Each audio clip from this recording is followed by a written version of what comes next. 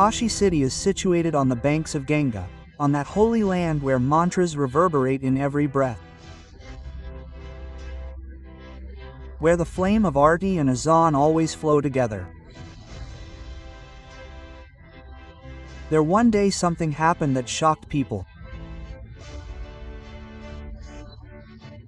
Around 1398 AD, a newborn baby was found on the banks of Lahartara Pond.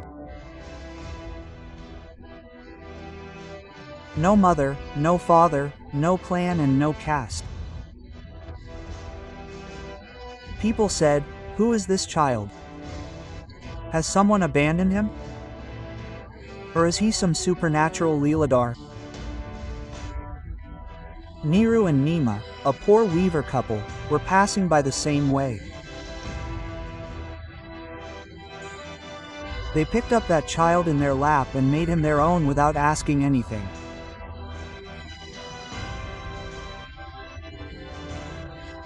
They did not know that the child growing up in their hut would become the guide of the coming ages. That child was named Kabir. Kabir was extraordinary since childhood. He did not play, did not fight, but would sit and get lost in deep thoughts. Sometimes he would silently look at the sky, and sometimes he would search for something in the waves of Ganga. Even while working with his father on the loom, he would ask, "Are Allah and Ram the same? Where does God live? Is he locked in a temple or a mosque? If God is in stone, why doesn't this idol speak?" His every question knocked on the closed doors of religion. He worked as a weaver, but his mind was somewhere else.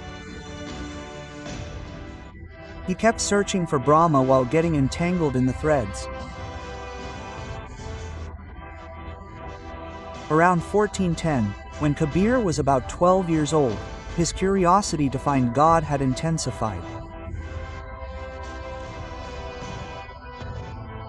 He was looking for a guru who could explain to him the true meaning of Ram. In those days, there was a great saint in Kashi, Swami Ramanand, who is considered one of the prominent saints of the Bhakti movement. He was a worshipper of Sri Ram and also the founder of the Ramanandi tradition. His life was spent in opposing rituals and awakening the spirit of simple devotion. Kabir used to listen to him from a distance since childhood. Kabir wanted to make him his guru.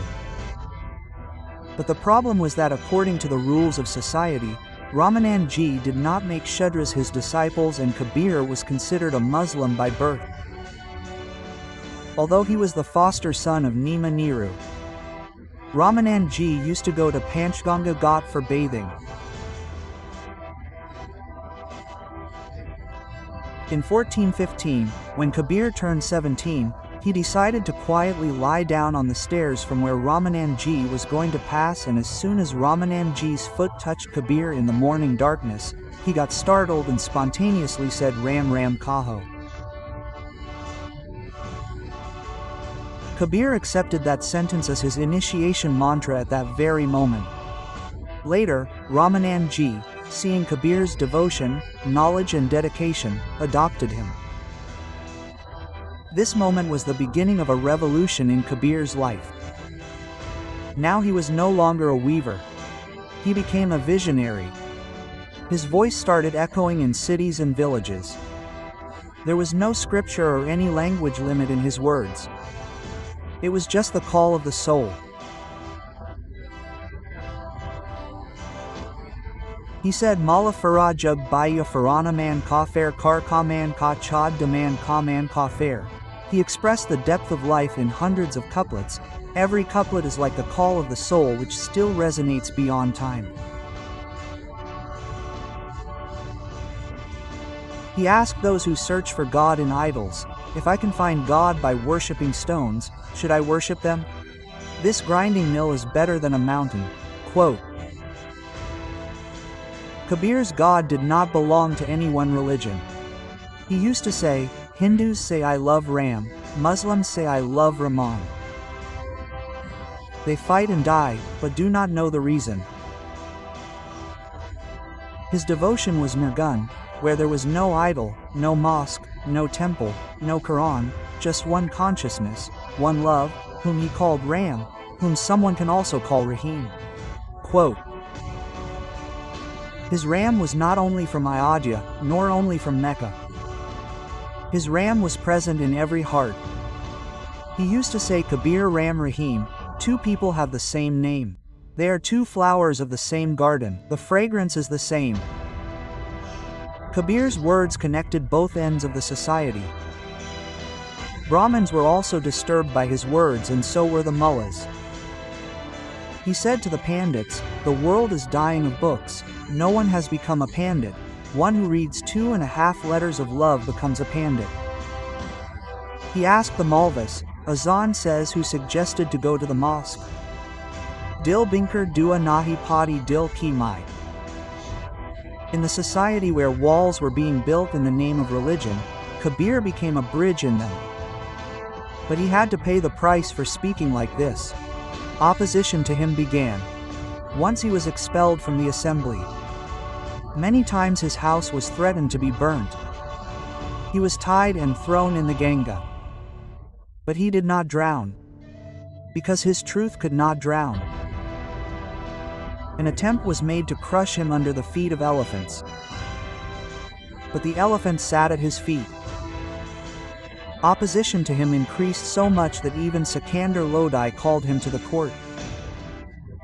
When the king threatened him, Kabir smiled and said that one who cannot be the ruler of himself, how will he become the king of others? Kabir was put in jail. He was kept hungry and thirsty for many days. But his voice remained calm. He said, go, the world is afraid of dying, my heart is happy, only by dying can one get complete bliss. Finally, when the noise of his opponents increased on the streets of Kashi, Kabir left Kashi and started towards Magar, where people believe that the one who dies goes to hell.